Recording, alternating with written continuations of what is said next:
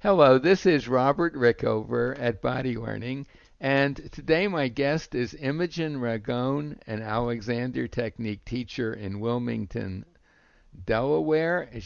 Imogen is also a website designer, and we're going to talk today about the future of Alexander Technique teaching. And Imogen's going to interview me, so I'm going to turn it over to you, Imogen. Yeah, hi. Thank you, Robert. Thank you for taking this little project on. Sure. So, first things, what prompted you to want to talk about this today? Well, I an idea came to me yesterday while I was walking, and I think to explain this idea, I need to read uh, a few sentences that F. Matthias Alexander, the developer of our method, wrote in 1910. It was Okay. the introduction to the first version of man's supreme inheritance. And he left it in the 1918, I think it is, edition as well. So Okay. it's there for anyone to read. So I'm just going to read this first, and then I want to discuss one sentence in this paragraph in some detail. Okay. So this is now Alexander speaking. I wish to do away with such teachers as I am myself. My place in the present economy is due to a misunderstanding of the causes of our present physical disability. And when this disability is finally eliminated, the specialized practitioner will have no place, no uses. This may be a dream of the future, but in its beginnings it is now capable of realization. And he goes on to say, and I love this sentence, every man, woman, and child holds the possibility of physical perfection. It Wow. rests with each of us to attain it by personal understanding and effort. Yeah, powerful stuff. Yeah, wow. Um, So, Possibly a little disquieting to some Alexander teachers. well, also listening to it, I feel like we may be further from his goal rather than nearer it. If Well, you look at well, yes and eye no. eye posture that's prevalent, if you Well, want to. the physical disabilities may have increased, but I want to focus on the sentence where he writes, "This may be a dream of the future." And I was thinking about this yesterday, and he wrote this well over a century ago, Yeah. and I think that the future he's talking about, some significant chunks of it are actually are present now, and I want to discuss those a little bit. There are two Okay. types of developments that have occurred. The first one, which I believe Alexander could have well envisioned back in 1912, are important, but I don't think quite as important as the second, which I'll get to later. But the Okay. first one is basically an increase in quantity of various things: teachers, students of the technique, um, books, articles, that kind of thing.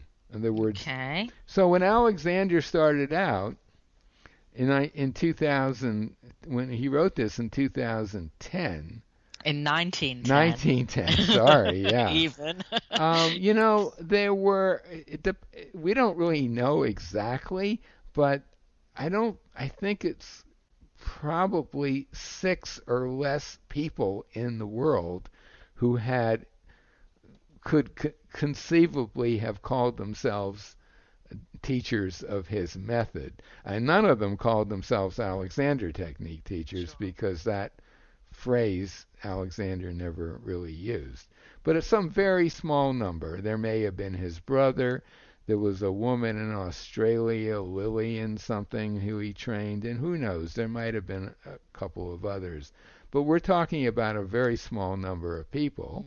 And today, of course, there are several thousand. In 1910, when he wrote that first version of MSI, there was one book on the technique. That was it. That was it. And a dozen or so articles, letters to the editors, that kind of thing that he wrote.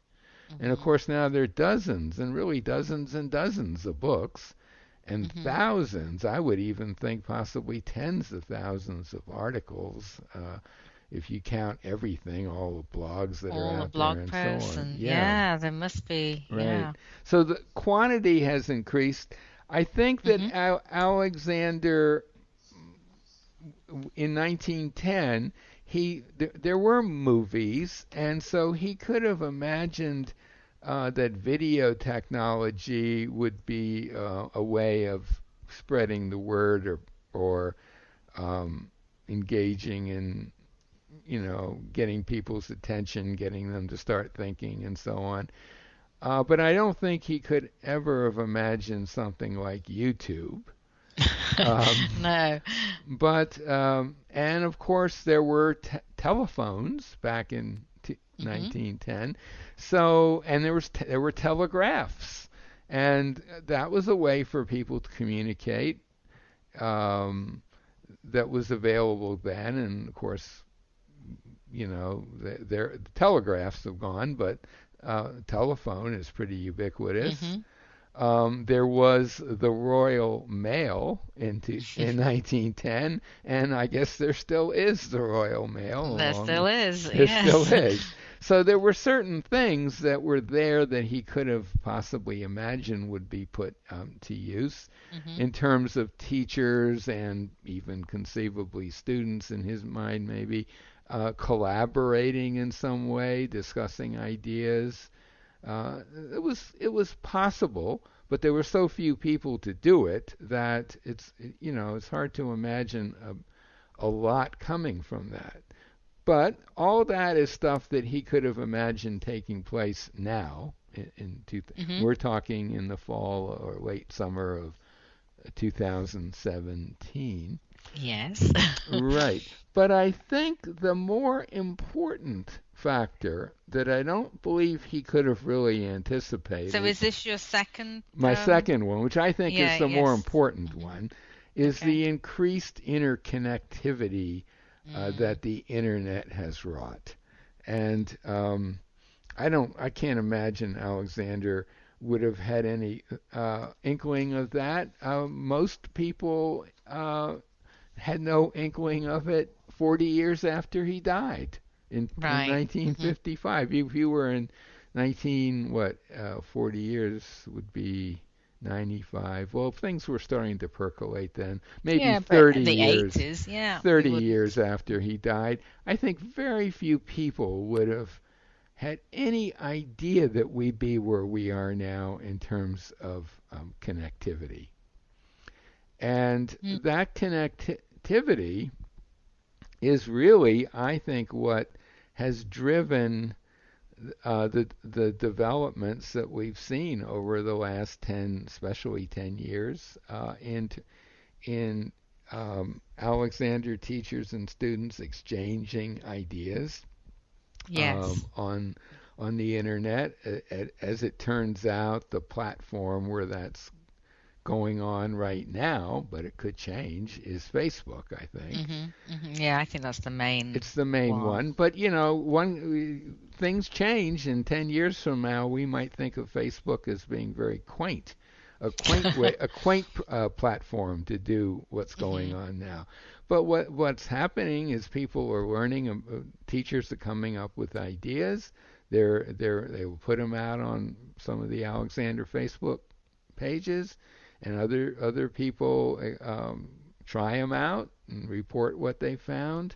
And a specific example of where there really has been a dramatic change that I would say is what some we might call Alexander technique self-directing technology, Hmm. or and we have um, I'd say that's undergone a quantum leap in the last 10 years. I mean, we have negative directions, from Missy Vinyard's book, and that more recently, freedom directions, freedom noticing directions. Hmm.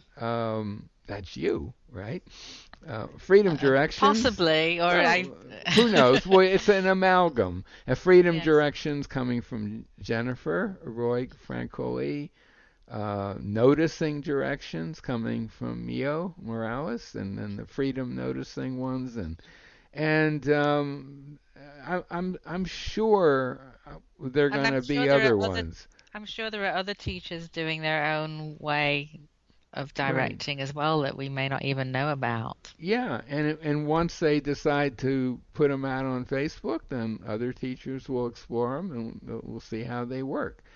But the thing is that these new directions are so much easier for people to use, Hmm. students. They're so easy for students to transfer to people in their lives, family, friends, and they're and of course I think they are the most important factor in making distance learning possible. That was, Yes, yeah, I would so agree with you. That I yes. don't think I would be doing much distance learning if I were didn't have access to these new directions. I can't Mm, really imagine it. mm. So anyway, so that's my point.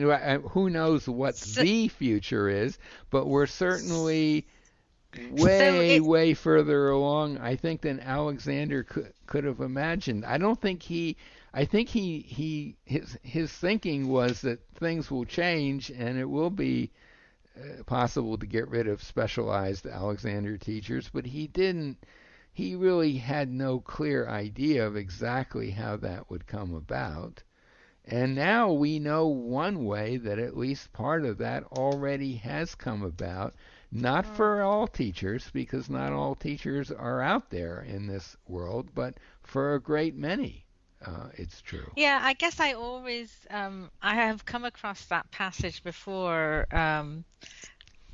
I think I had understood more about that, I had understood it in terms that his vision was that children would grow up learning these things as they learned other things, and it would just be integral to their whole. Right, yeah. And that was sort of, but that's really interesting that you're putting a Well, different context yeah. on it that's equally possible, and it's not either or. Not It's at all. And yeah. I think you're right. I think if you had pressed Alexander on this topic Hmm. back in 1910, he would have said, "Well, I don't know, but the process you just mentioned, that is intervening, as it were, in early childhood, Hmm. would have seemed like the logical one to him." And we know that he was quoted in around 1920, I believe, in an article as saying, and this is kind of an interesting thing that he said, that the the skill level that was needed by people who would work with small children was way Hmm. less than was necessary for working with adults. Now, I don't That's think interesting because he that's wasn't thinking, I mean, I think we would say, well, you got to really know how to work with kids. It's not like you can just go in there and zap them with